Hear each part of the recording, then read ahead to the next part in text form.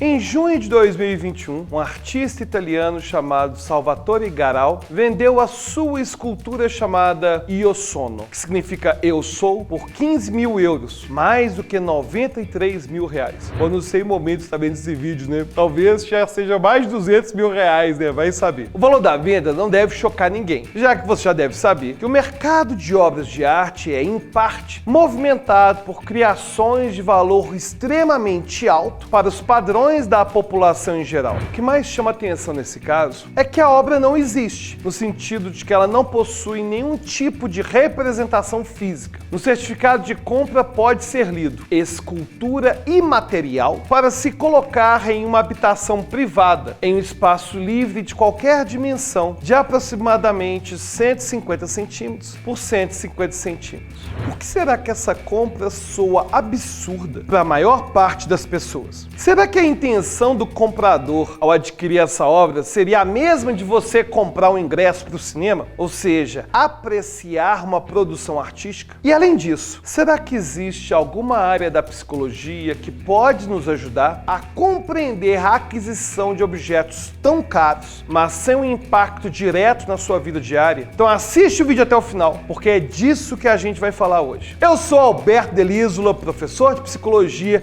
e nesse canal falamos de psicologia baseada em evidências. Então, se você quiser assistir a mais vídeos como esse, já se inscreve e já ativa o sininho, porque toda semana tem vídeo novo por aqui. Por que nós apreciamos artes? Aqui eu tô falando de artes em geral, não apenas de artes plásticas. Todas as formas de arte apelam para as nossas sensações ou nos remetem a algum significado secundário. Por exemplo, a música se trata de uma organização de sons. Como seres humanos, somos capazes de perceber frequências numa faixa de 20 a 20 mil Hz. E a nossa experiência sonora se dá por meio de sons do ambiente e sons da fala, que podem conter organização e variações na intensidade. Mas, na maior parte das vezes, são sons desconexos. Pense que, enquanto você me escuta falando, é muito provável que haja outros barulhos ao seu redor que não estão sincronizados com a minha fala. A música chama a nossa atenção porque organiza frequências e timbres de uma maneira sem igual. Algo um pouco diferente acontece com as narrativas, como histórias, filmes, livros. Elas simulam desafios humanos diários, sobretudo no que diz respeito a conflitos internos e conflitos com outras pessoas. Junte isso à nossa capacidade de nos colocarmos no lugar do outro e temos a identificação característica das narrativas, que nos leva a pensar o que faríamos se estivéssemos na situação do personagem e ficamos tão ansiosos quanto eles para saber o que está por vir. No fim das contas, perguntar o porquê de gostarmos de narrativas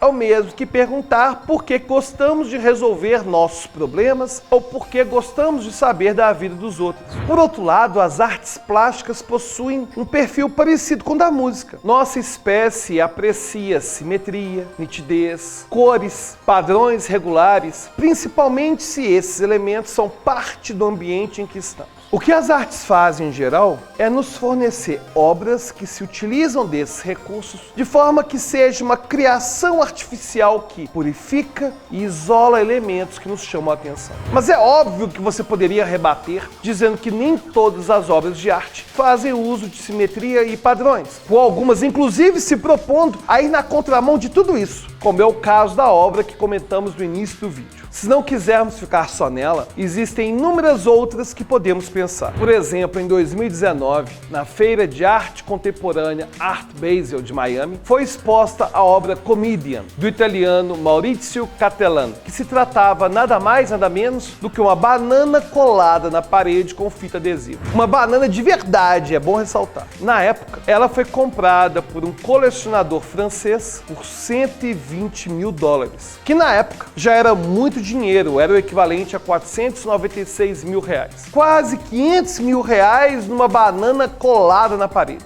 A título de curiosidade, um outro artista chamado David Datuna fez o que ele chamou de uma performance artística denominada Hungry Artist, ou seja, artista com fome. E inadvertidamente comeu a banana. Bem ousado. Mas como a gente poderia explicar a existência e os altos valores despendidos em obras de arte que não possuem apelo estético aos nossos sentidos? A primeira coisa que temos que entender entender é que nós somos capazes de dotar algo de significado de tal forma que o valor não está mais no objeto em si, mas em como ele é percebido. Uma banana na parede não é apenas uma fruta prendida na parede se ela for uma obra que representa o comércio global, um duplo sentido e um dispositivo clássico do humor, como afirmou Emmanuel Perrotin, o fundador da galeria em que a obra foi exposta. Da mesma forma, um quadrado vazio não é apenas uma demarcação se ele é encarado como escultura imaterial com o nome de Eu Sou. Beleza, mas talvez você ainda diga que mesmo que esse simbolismo seja atribuído a um objeto, é muito discrepante o valor investido na aquisição da obra e o valor percebido pelas pessoas. Para entendermos o porquê de obras assim serem tão caras, temos que dar uma olhada no que diz a psicologia do prestígio. Pense o seguinte: em uma sociedade existem diversos grupos que podem ser diferenciados pela aparência, pelas propriedades e pelo comportamento. As práticas grupais servem não apenas como uma forma de identificação, mas também como uma maneira de transmitir uma mensagem para quem vê de fora. Eu sou desse grupo, não me confunda com outro. E é fácil perceber que existem vários tipos de grupos, sendo que cada um de nós é membro de vários. Por exemplo, podemos agrupar pessoas por religião, por ideologia, por interesses literários, por gostos musicais, por condição financeira e por muitos outros motivos. Em suma, suas práticas refletem os grupos aos quais você faz parte. Tendo isso em mente, pense nas diferenças que há no comportamento e no tratamento recebido por pessoas mais ou menos abastadas. Quando pensamos em nível social, aqueles que possuem melhor condição financeira estão em posições hierárquicas mais altas, e esse status elevado resulta em diversas vantagens, como ser percebido como alguém confiável, possuir mais oportunidades e ter acesso a parceiros amorosos e sexuais. Devido às vantagens de estar numa posição hierarquicamente mais alta, a maior parte das pessoas não quer ser confundida com aquelas de classe mais baixa e por isso recorrem a todo tipo de maneira de se diferenciar, desde consumir produtos idênticos, mas de marcas diferentes, como se vestir de um jeito específico, usar um determinado perfume e, claro, frequentar espaços exclusivos. Inclusive, uma queixa que surgiu depois que um número maior de pessoas de classe média passou a andar de avião foi que os aeroportos estavam sendo frequentados por qualquer tipo de gente, quando antes eram reservados a indivíduos muito mais abastados. Obviamente, essa era uma queixa de pessoas hierarquicamente mais altas, que se sentiam ofendidas pela presença de alguém pertencente a um grupo diferente. E se você acha que está imune ao sentimento de pertencimento de um grupo e à sensação de que algumas práticas devem ser exclusivas dele, é só tentar lembrar de uma vez em que você deixou de apreciar uma banda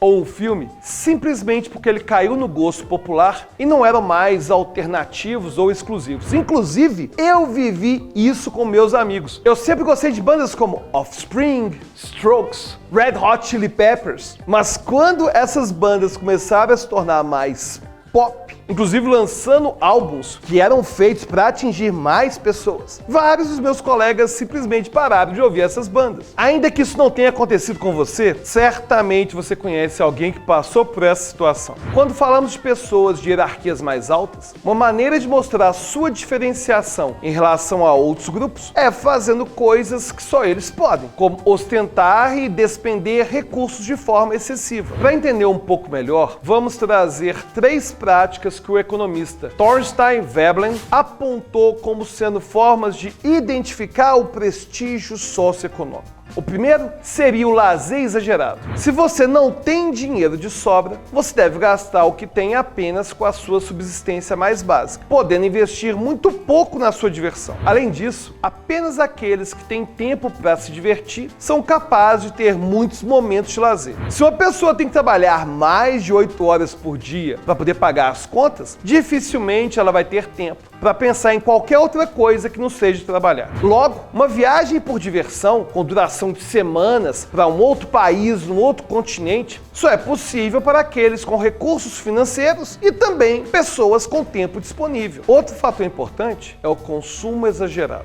Somente quem possui muitos recursos consegue comprar muitas coisas em excesso, mesmo coisas triviais do nosso dia a dia. E como já comentamos, às vezes nem existe diferença expressiva entre o produto de uma marca e de outra, mas a marca mais cara carrega consigo um status. Então, consumir essa marca é uma ótima forma de demonstrar a capacidade de consumir em excesso. E além desses dois fatores, temos também o desperdício excessivo. Somente se você possui muitos recursos, você pode trocar carros e equipamentos eletrônicos pelo mais atualizado, mesmo que o antigo não tenha problema nenhum. Logo, o ato de descartar esses equipamentos, descartar comida, roupa poucos usadas, tudo isso só pode ser feito se você tem outras maneiras de substituí-los, o que certamente não é possível para pessoas com pouco recurso. E onde entra a obra imaterial nisso tudo? Eu acho que já deu para imaginar, né? Uma obra de arte que não tem apelo estético nenhum pode ser adquirida por causa do significado que ela passa. E por vezes, um dos significados é: eu posso tê-la e você não. Uma obra de arte pode ser também um elemento que define a qual grupo você pertence e, consequentemente, não permite que você seja confundido com um membro do outro grupo.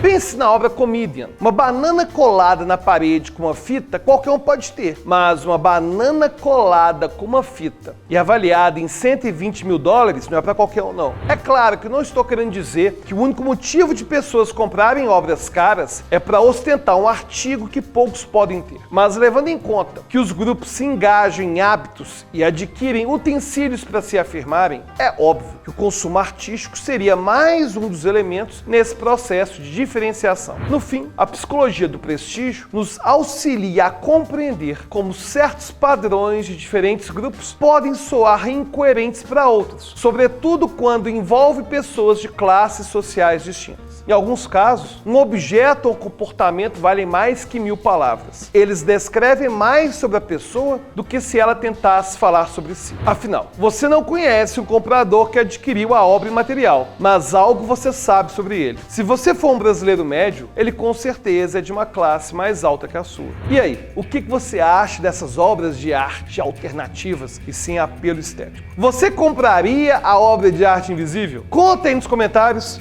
E até a próxima.